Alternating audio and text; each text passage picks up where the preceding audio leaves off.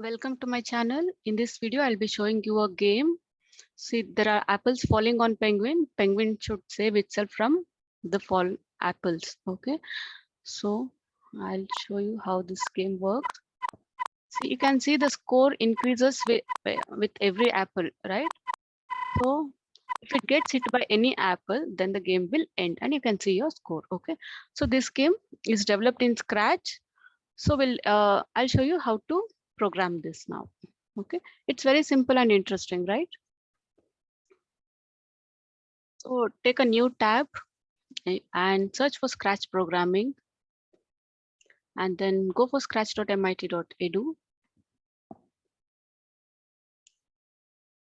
So now you have your screen, right? Click on create here. Just wait a second to load Scratch. See, we have a cat by default, just delete it. We do not want cat. Then here on the bottom right corner, click on choose a backdrop and then select a background of your choice. I'll select forest here. And then here you can see the cat face, right? Choose a sprite. So click on that and we want apple, right? So select apple and then again click on choose a sprite here and select penguin. To that, go to animals here, select animals and then scroll a little down. You can see penguin here, right? Penguin 2, select that. So we need only two characters here. One is the apple and another is the penguin. Okay, characters are called as sprites in Scratch. I know you all know this. See, now I'll click on penguin here and I'll reduce the size to 50. So you can see the penguin size is reduced. And again, I'll double click on the apple and change the size to 50. Okay, so the apple also is small, right? And see here we have one apple, right? We'll program for one apple and then we'll right click on it and you can see the option duplicate, right? We'll duplicate it. So it will be programmed for other apples as well. So now choose penguin here, click on penguin and first we'll program for penguin. So we have only two movements. One is the left side and the other is the right side, right? So go to events. Okay, the yellow color one, events, and then select the second one when space key is pressed. Okay, drag and drop it here. Again, choose it again and drop it here. Okay, then from the drop down, you click on the drop down and select left arrow key. And in this case, select right arrow key. So we are actually saying what should be done when a left arrow key is pressed. See, if a left arrow key is pressed, it should move leftwards, right? For that, go to motion block here, the first one, sky blue color. Then here you can see down change X by 10, right?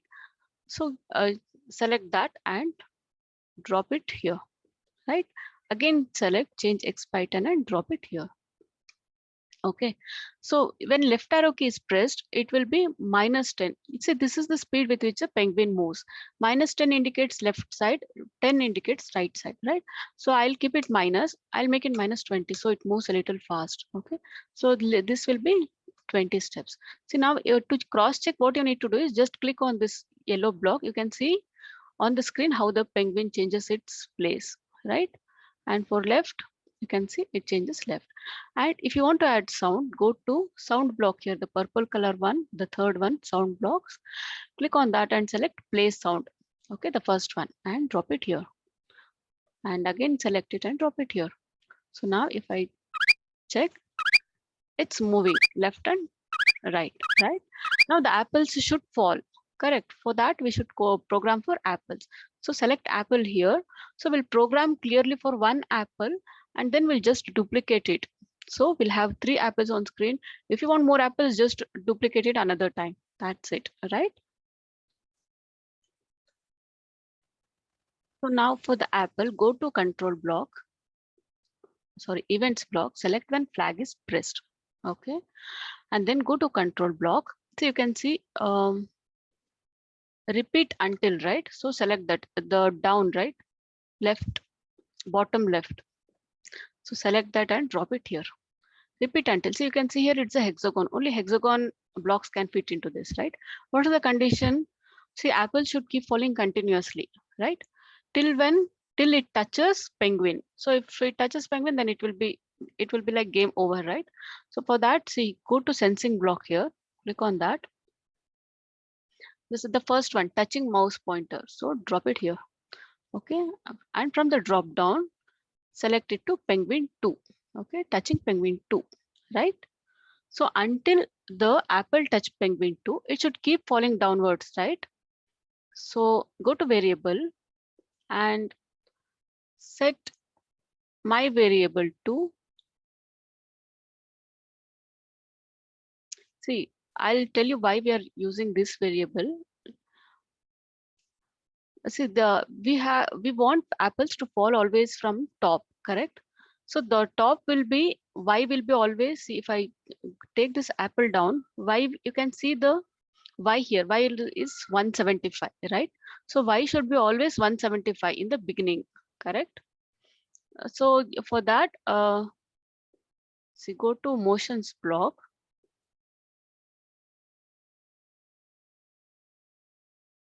Select this go to block here, go to, right? So I'll keep it somewhere here. So it will, you can see go to, the coordinates are same as where the apple is here, right? So drag it and drop it here. Okay. So here y is always 177, but x should be random. Once it will drop from here, once it will drop from somewhere else, x will be a random number, right? So here, see, y is this my, we click on my variable here and click on rename variable. We'll rename it as x. Okay. So initially the x will be some random number, right? For that,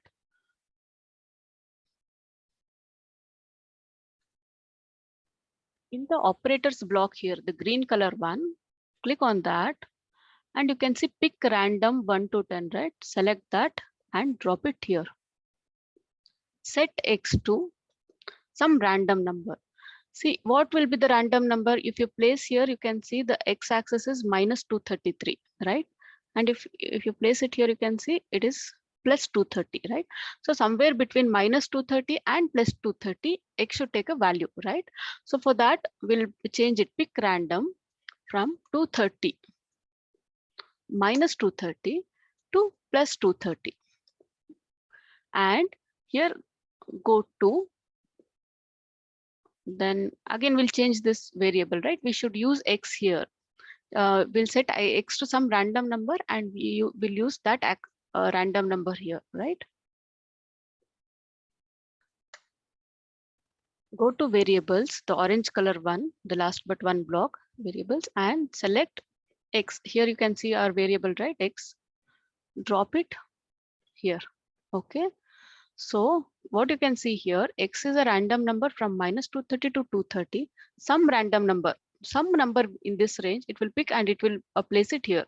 So every time you can see x in apple in some random place, but y always on top. All right. Then go to motions block. You can see here glide, right? Glide 1 second to, drag and drop it here. Okay. So again here, the x will remain same, whatever it had chosen x, right? So otherwise the apples will fall in different directions. We want it to fall right down, right? Straight down. So for that, glide x to, again change here for that variable, go to variables and you can see our variable x here, drag and drop it here. Okay. So now you can see apple is falling, right? Glide y to, we'll see what is the y coordinate here. So just, if you bring this apple down, you can see the y coordinate is minus 160, right? So it can go up to minus 170. So we'll change the y to 170. So now you can see, okay, I didn't write minus here, right? So you can see the apple is falling. If you want to reduce the speed, then make it 2 seconds.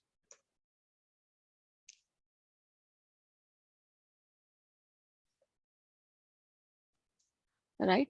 Now we need to add scores to it. So every time apple falls, we should add 1 to the score, right? For that, we'll click here, make a variable.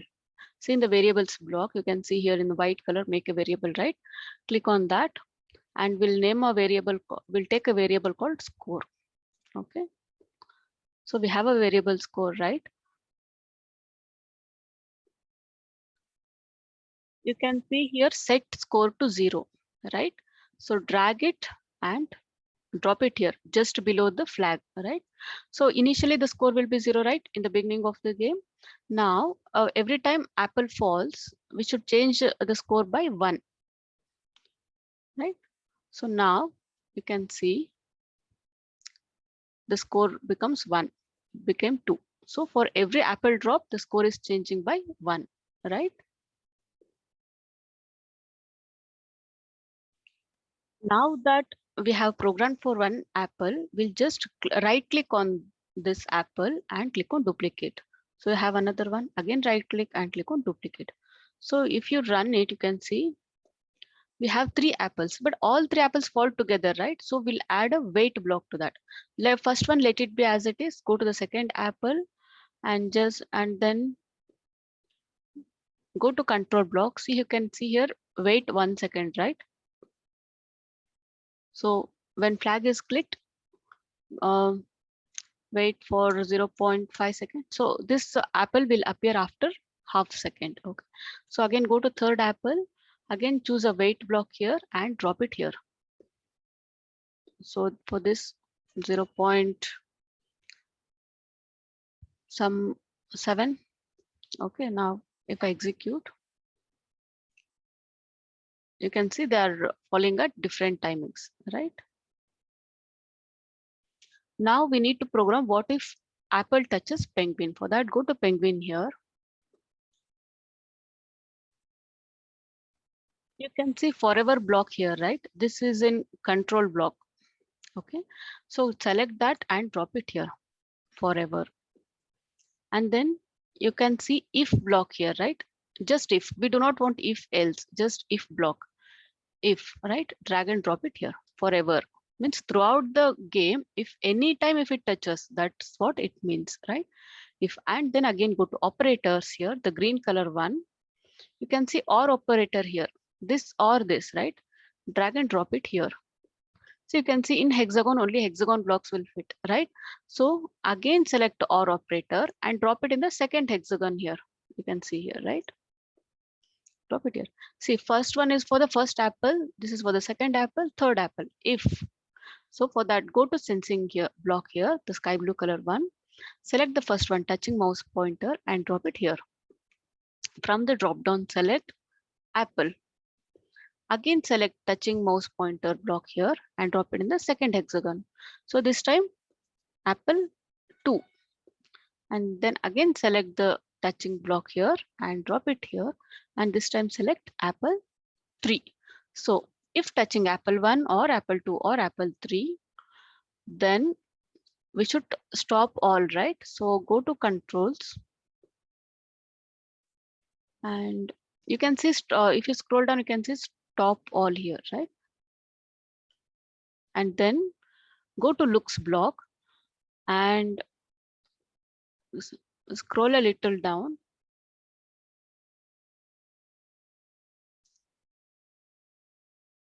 You can see switch backdrop to, right? Drag and drop it here. Before stop block, we'll change the background of it.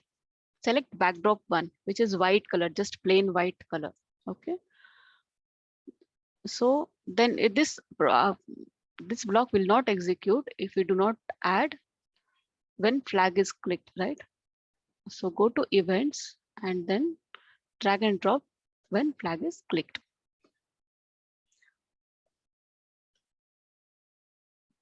All right. Then if you want to add a sound, go to sound block and play sound. Okay. So stop all in the sense the score will stop, the apples which were falling earlier also will stop. That is what it means. Stop all. All characters and all the calculations will stop at this moment. Okay. Let us execute this.